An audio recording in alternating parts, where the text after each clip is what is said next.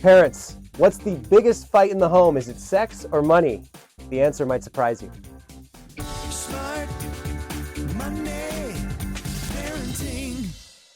Welcome back to Smart Money Parenting, the #1 parenting podcast in the world. Thanks for watching, viewing, looking, and subscribing. Hit that bell if you get a chance to hear more fun parenting content. How's it going, Chad? Great. Happy to be here, man. Me too, man. This is fun. We're talking about stuff we care about. Absolutely. You want to talk about fights?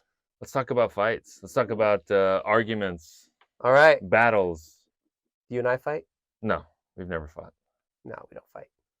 We're guys. What is the biggest fight in the home with kids and parents and couples? What is the biggest fight? I'll tell you what the #1 cause of divorce is. It's related to finances, money. It's not sex. It's not adultery. It's not sex. It's not a lot of other things that you might think about. It's actually related to money. I think most couples have had disagreements and arguments about money. Anyone who's married or has a girlfriend, boyfriend knows that you don't always see eye to eye with money. And so in a family, obviously, that can create some heated conversations sometimes. How would you know? I've been married 21 years. 21 years of marriage. So There you go. we've definitely had our share of discussions Hey, man. about money decisions, just keeping it real. Pressure builds diamonds. That's right. That's my attitude towards marriage. There you go. I love my wife, Amy, dearly. Yep. And there's conflict. You got to work through it. You got to have your kids see healthy conflict, healthy resolution. You got to be able to apologize to your kids if you mess up. If you're like me and you drop a bad word once in a while, you got to apologize. But yeah, that's interesting. I think, parents don't think about what's the big fight in the home and why does this really matter, right? So we want to talk about this because, for Gravy Stack, our banking app for the kids, we surveyed 1,000 parents. And the parents, not only did they say, we don't know what to teach our kids about money at all. Right, Like right. we're just clueless. Like maybe we'll get them a bank account when they're 12. Maybe we'll do allowance. Maybe we'll do a 3-jar save, spend, share. Maybe we'll do a lemonade stand. I don't know. Other than that, I just hope they glean some from us. So the interesting thing, though, was when we talked to the kids, 1,000 kids, guess what they said? What'd they say? Money. We don't want to talk about it. Mm. That was the #1 trend in the surveys. I don't want to talk about What were the money. reasons they gave? So they said, mom and dad fight about it. Mm. It's one of the biggest issues of conflict in the home. So we don't want to talk about money. Honestly, I have my food, shelter, and clothing kind of covered, and I'm nervous about it. I'd rather hoard it. Don't want to start a fight, basically. Don't want to start a fight. Yeah, scared to talk about it. They're scared to talk about it, and they see conflict in the home. So, they see parents saying things like, we don't have the money for that. Or, you know how hard I worked to get you that? Yeah. Or I slaved all day to make that, and you guys, said this about it. Or, did you pay that bill? I can't believe we missed this. Better turn the lights off. Yeah, save on this energy bill. Money doesn't grow on trees. Money doesn't grow on trees. We've all heard that before. Yeah, so comments like that, or parents have that conflict around money, right? Like we joked about sex and money earlier. Sex is not anything that kids talk about because parents don't argue about that in front of their kids. That's a private conversation. But parents don't realize how much the money hits, Right. with their kids. The kids are seeing that. They're hearing that Yep. all over the place. Yeah, they're picking it up for sure. We can't afford that sports thing. Yep. You can't go to that camp. Are you kidding? Who No do you way. think we are? Who do you think we are? Yeah. Yeah. Oh, those people up the street? Yeah. We're not the Joneses. Those blunkety blanketies. So yeah, this is an issue. It's the biggest fight in the home. So what are the issues with couples that you were talking about earlier? Yeah, I think what's interesting is typically you have most of the couples I've dealt with, and just to give background, I've been in the financial industry for 21 years now. And so I consider myself almost like a marriage counselor who happens to deal with money. And most of the time, one spouse is a real saver, really thrifty, really careful, and the other one is just more free spending and more open and more like, hey, it doesn't matter, we're going to be fine. It does grow on trees. It does. Yeah, we'll be fine. We're never going to run out. So typically that's the blend I see. You typically don't have two extreme budgeters and savers and two freeloading spenders. If they're two spenders, they're not sitting in my office anyways. They probably don't have any money left. But the point is, like, parents, boyfriend, girlfriend, whatever it is, you come from very different backgrounds. Yep. How your parents taught you to treat money is very different than others. But you just somehow think that's normal and that's right. And so if you don't take time to basically understand where you're both coming from, you're going to have a lot of conflicts about money. Yeah, I think just thinking personally, we decide on what we're going to spend on.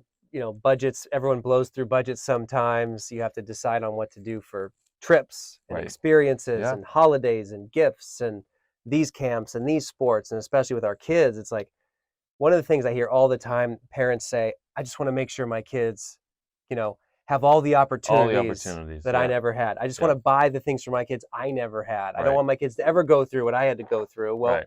the irony of that is, well, how do you think you got to where you are as the parent? You don't want to spoil your kids by giving them everything they want. Right. And you don't, obviously you don't want to give your kids trauma if you went through traumatic experiences. You want to make sure that you're helping your kids go through healthy struggle, right? This is something that we talk about all the time, but the money one's a tricky one. Your kids are watching. Yep. And listening. They're listening. Yep. They are way more intuitive, and they're always gleaning, and it's more is caught and taught. That's the funny part about this. So watch what you're doing. Watch how you're talking about it. Some of the comments we made earlier, I've said those myself, didn't Yeah. even realize it, Yep. right? Yeah, we're all guilty of that. Yeah. Or even it's, facial expressions. When mom goes quiet, when dad mentions something about money, kids will pick up on the conflict. They'll Yep. pick up on the fear.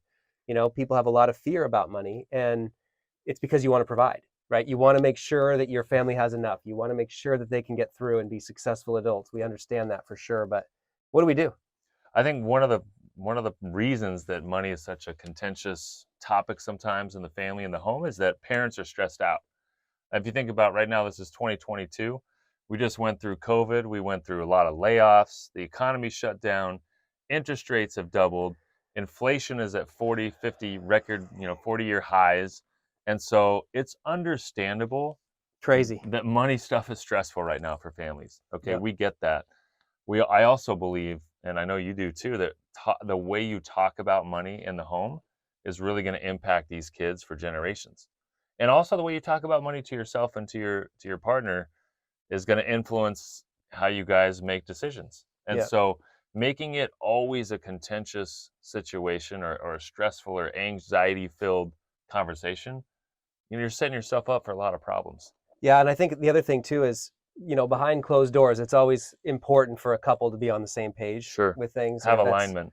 Be aligned in this. Budgeting is critical. It's a really important way to think.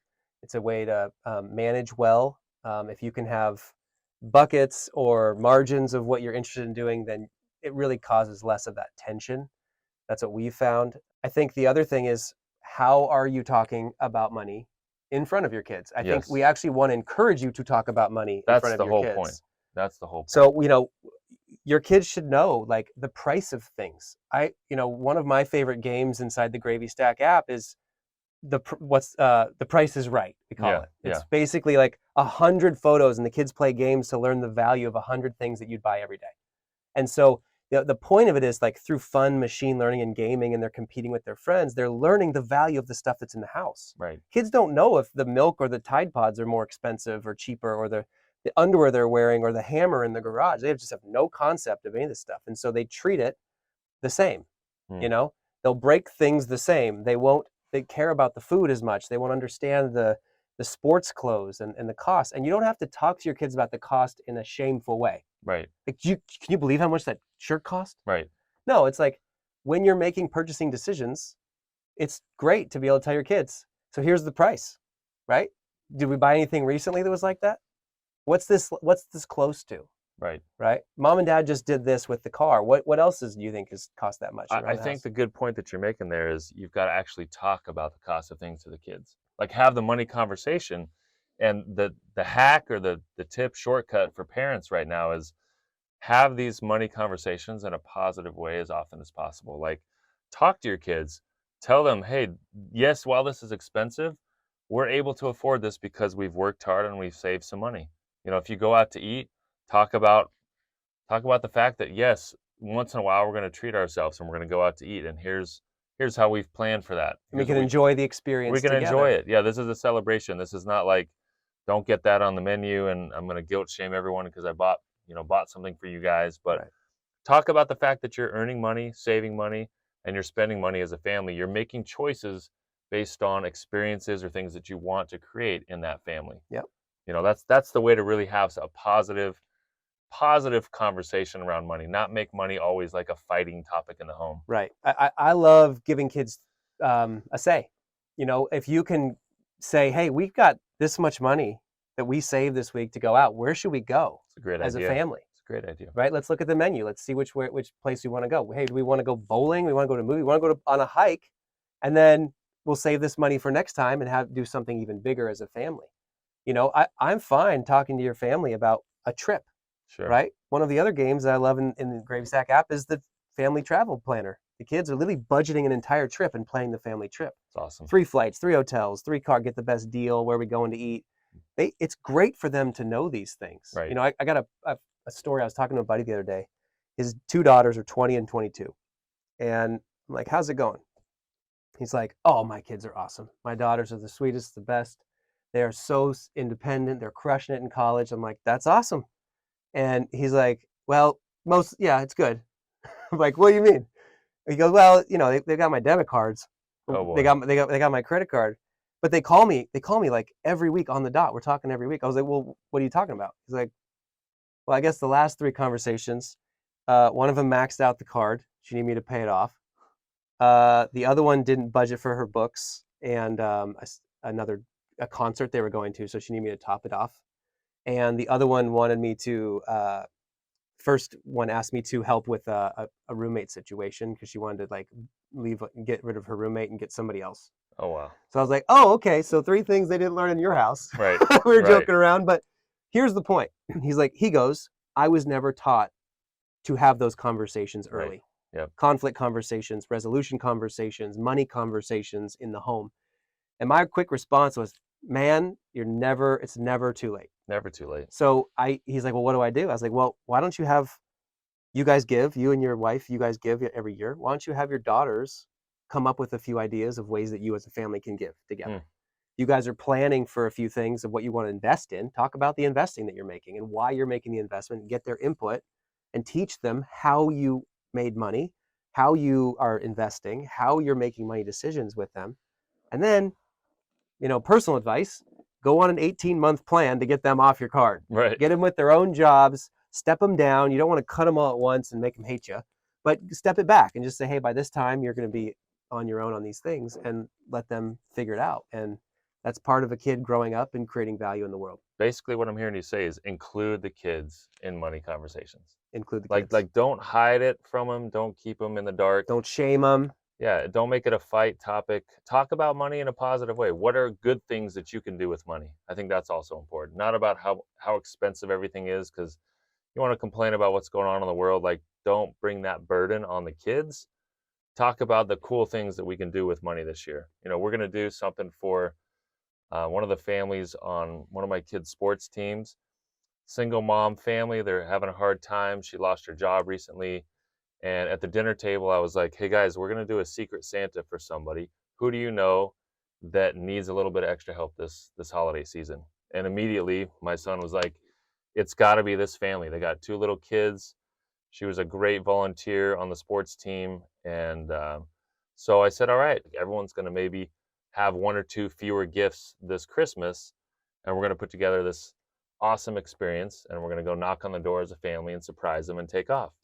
And like that little experience is talking about money in a positive way and helping the kids get engaged and sacrifice. And I'm excited about that. I love it. Yep. And money is a tool. Remember that. Money is, a lot of times culture is really pushing your kids that, the Lambos and the Rolexes and all the really cool stuff. Like that's what money means to them, is like identity and consumerism and looking cool and being the coolest and having the status. But money is simply a tool. And if you can get your kids to understand how you and your spouse or your partner are spending money, how you're saving money, even like the percentages of how you think about these things, the better that you can help them learn, the less mistakes they're going to make out in the real world. Right. And the more kind of future-proofed they're going to be.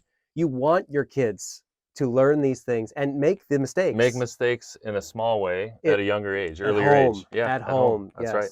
That's and right. the more you can do that, I think the better off you're going to be. And no family's perfect. No couple's perfect. No one does this right. Parenting is it's throwing spaghetti against the wall. It's That's why we're tough. doing It's this show tough. Yep. in the first place. We want to give parents a leg up, give them some tips. But yeah, that's it. You guys can do a great job. Be open with your kids. Don't shame them.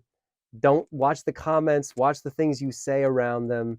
And our goal is for our listeners to not have money be the biggest source of conflict. And just think about, I would say, in this next week after listening or watching this show, think about and pay attention to what you say about money in the home. What are the words you use? What are the feelings that you think are being received in the home? And just try to be a little bit more intentional and be more positive about the things that money can do for your family. There you And go. smartmoneyparenting.com. Like and subscribe our show. This is where we're going to give you tons of hacks and tips for parents to be basically better at talking about money around your kids. And please call us too. Go to the website, right on the homepage. You can literally click, send a message to us with any questions you want. If you guys end up on the show, we're going to give you a spiff, a freebie, a fun gift. We'll get you guys a reward for that to thank you for being loyal listeners. And yeah, we'll see you guys next time. It takes more than money if you want to succeed. You gotta know what to do with it. You gotta take the lead. You gotta give them confidence. You gotta make them smart. If your kids are gonna thrive, now's the time to start. Smart money parenting.